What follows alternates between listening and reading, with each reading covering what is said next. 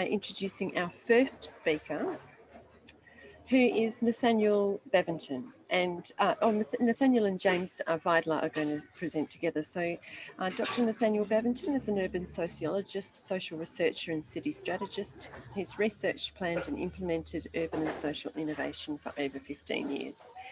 He's the Innovation and Futures Manager at the City of Newcastle, leading a team to take advantage of opportunities in innovation, economy, digital platforms, smart infrastructure, and citizen-centric applications. Nathaniel's really interested in how cities can be more creative, connected, and socially diverse places. And he believes that in an era of accelerating change, cities that embrace the future will thrive. James Vidler is the Living Lab Coordinator at the City of Newcastle. He pointed out earlier that he's the only one amongst us to have Living Lab in his job title. Prior to that, James has spent 25 years in the IT industry in roles that range from information security, infrastructure operations, risk management through to strategy and governance. James has also been a strong advocate in Newcastle for economic diversification and innovation, and he spent his 20s trying to become a rock star. That didn't pan out quite as well as his most recent career. Nathaniel and James, over to you, please. Okay. We share, I take it? Yeah, we'll just share our screen now. Thank you, Amanda, and good afternoon, everybody. We're going to sort of tag team this. Collectively, we are driving the strategy behind what is the Newcastle City Lab.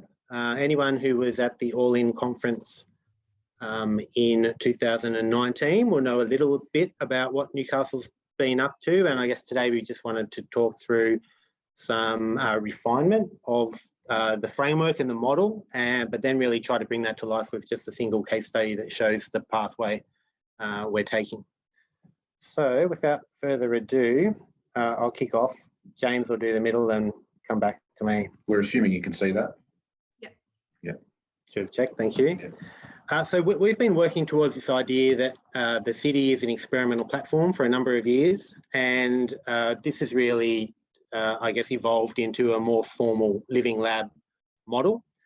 If our particular version of the lab approach had some characteristics, it would be around interdisciplinary collaboration, user co-design and getting users in early, but really it's about testbed access. So giving research partners, industry partners, community groups the opportunity to leverage the city and the type of network and hardware infrastructure we've put in to really test ideas, test products, test solutions. Obviously, there's a lot of benefits of doing that in the real world. Our lab is formed up around a few key principles. Collaboration is key. I should say real solutions, not solutions. We're not coining a new phrase. Sorry about the typo. Sustainability is very important to us in Newcastle, as is local economic development and local focus. And we aspire to really formal and systematic generation of knowledge that comes out of our various projects. We've been at this for a few years now, and with a lot of different partners playing different roles and providing different pieces of the puzzle.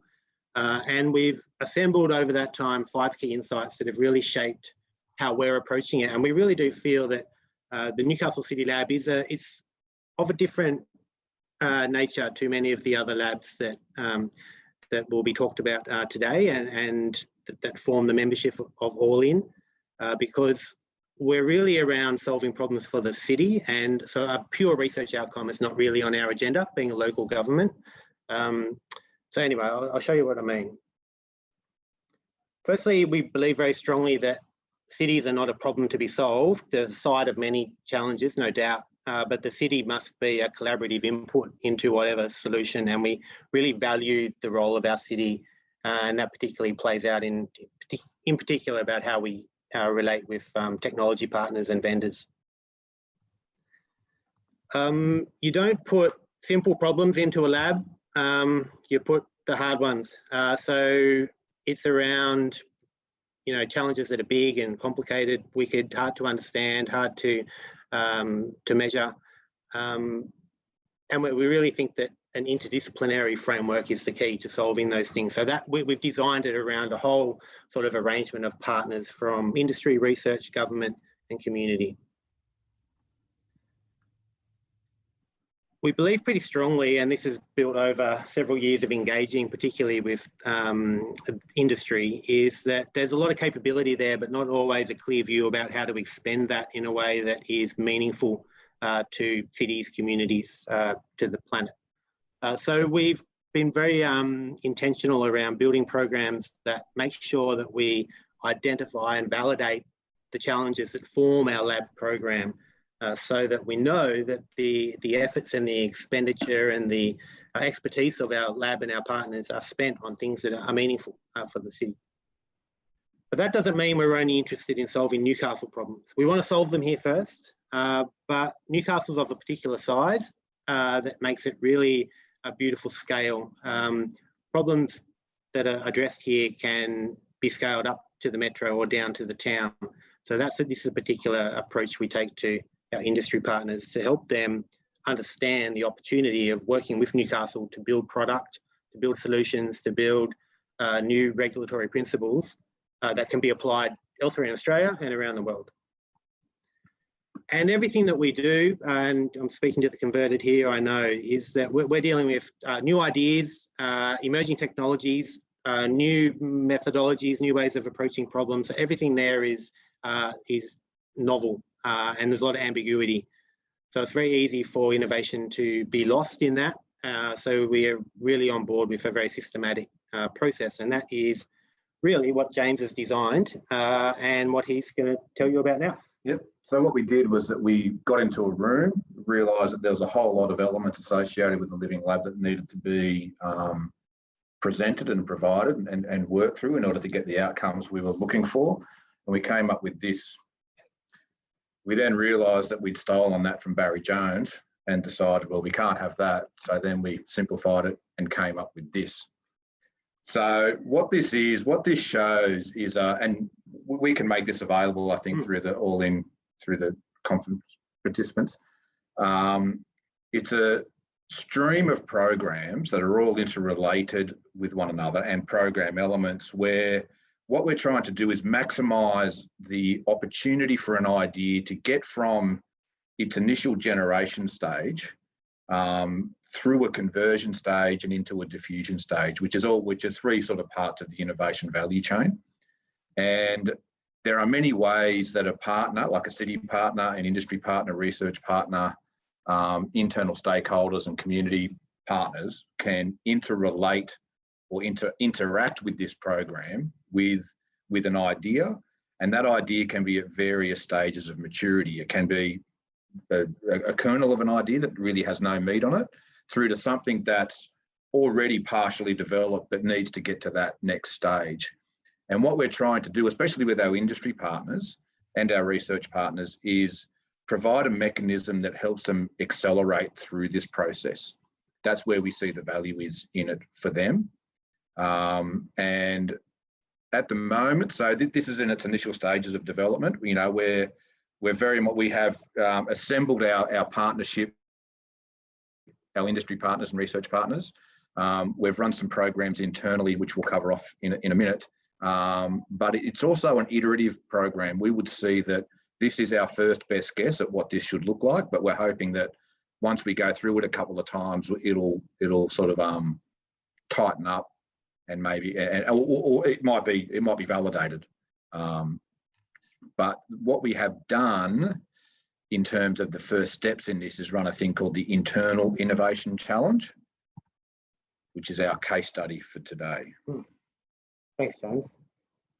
So we ran through a process with our industry and research partners to identify the challenges that we're interested in, and these became the sort of framework that we then sort of try to drive activity around, and one of those activities was the internal challenge. So City of Newcastle's got a huge investment in cycleways, and the communities have been asking for that.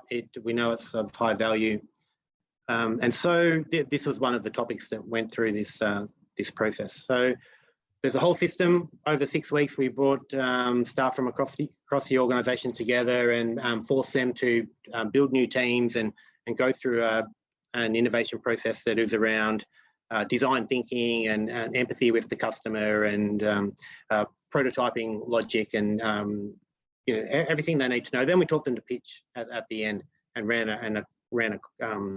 a competition for them. So this is typical of what was the outcome, and this particular one we're talking about had the question, how do we increase active transport modes?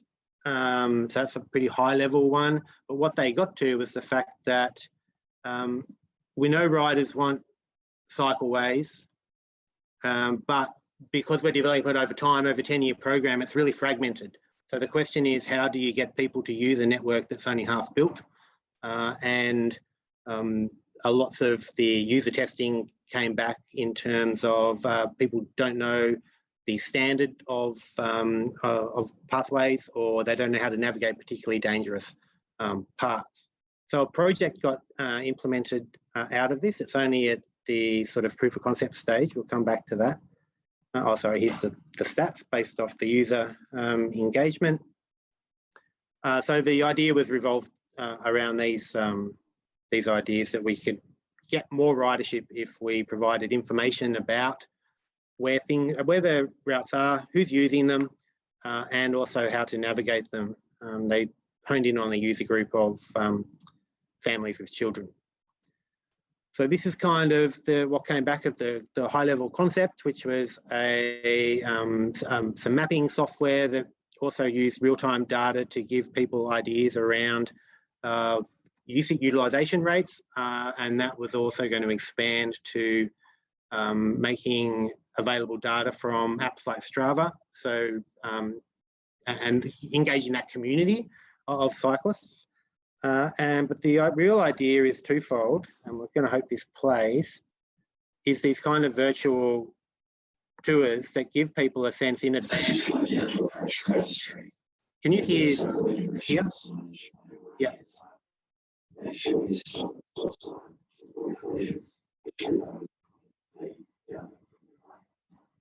Nathaniel, the sound is not working. Okay, cool. Well, we won't spend too much time on that then. But there is, just for your benefit, there's a voiceover that goes with that video that explains to someone who's never been on that cycle path the dangers or the challenges associated with being on it, as a way of trying to create confidence for someone who hasn't been on that path before, or someone who wants to maybe use it but would like some more information about how to use it. And the idea is that the generation of these videos will be put out to community. So community will be providing these videos with their expertise around how to navigate this roundabout or that roundabout, etc. The second part of the project is around these kind of technology integrations. And so what we're looking at here is what we call a proof of concept. One sensor, you can tell James did it because it's hooked up to a mic stand. And but this is what the first cut of innovation looks like at Newcastle in terms of it's rough and ready. It's often made out of cardboard and blue tack. Levelled off with a shopping bag because it wasn't quite level, so that's how I made it level. Yes, and then James is out there and personally validating it. So we go from idea, and we take the user group with us on the journey, and then we sort of work with the internal partners and eventually with the external community group as well to develop up the solution. And I think now you're going to talk about. So I suppose realistically, so if you then think about the program that we had, so this is one pathway through where we started off with a promotional activity around the City Challenge, City Innovation Challenge, that then got participants that we then put through a course to teach them design thinking and sort of rapid prototyping and refining their idea, which is now resulting in pilots, with the idea being that hopefully if that pilot is successful, it'll end up being a scaled deployment. And once it gets to that scaled deployment, we would say, well, our job's now done. We've actually moved something from an idea through to something that has been validated through to something that's now a product. I guess the other point about this diagram is that there's multiple points at which we can assess it and put it into a different process for further refinement, or maybe it needs more community engagement or whatever is the thing. So the whole structure is designed around making sure that ideas move through in the way that best suits the nature and the maturity of their idea. And also, if they're not good ideas, they get knocked out. They get knocked out early. That's it. So that was just one example. We've got many of those types of projects underway. We just wanted to sort of use it to try to illustrate the process that we're going through in Newcastle around developing the capability and the thinking required to implement a lab at the city scale. I think we're done. That's it. Yeah, thank you. Questions? You've got me.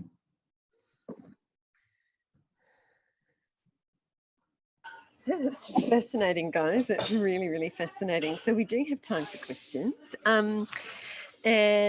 While other people are gathering their thoughts, I might, take advantage of being the chair and ask you one.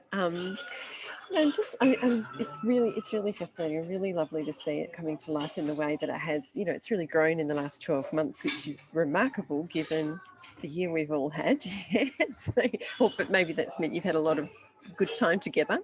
I guess there are a bunch of questions that I have, but I guess two really prominent ones. Well, let me start with the very simple one, which is how are you guys tracking your impact? Have you thought about how to do that yet?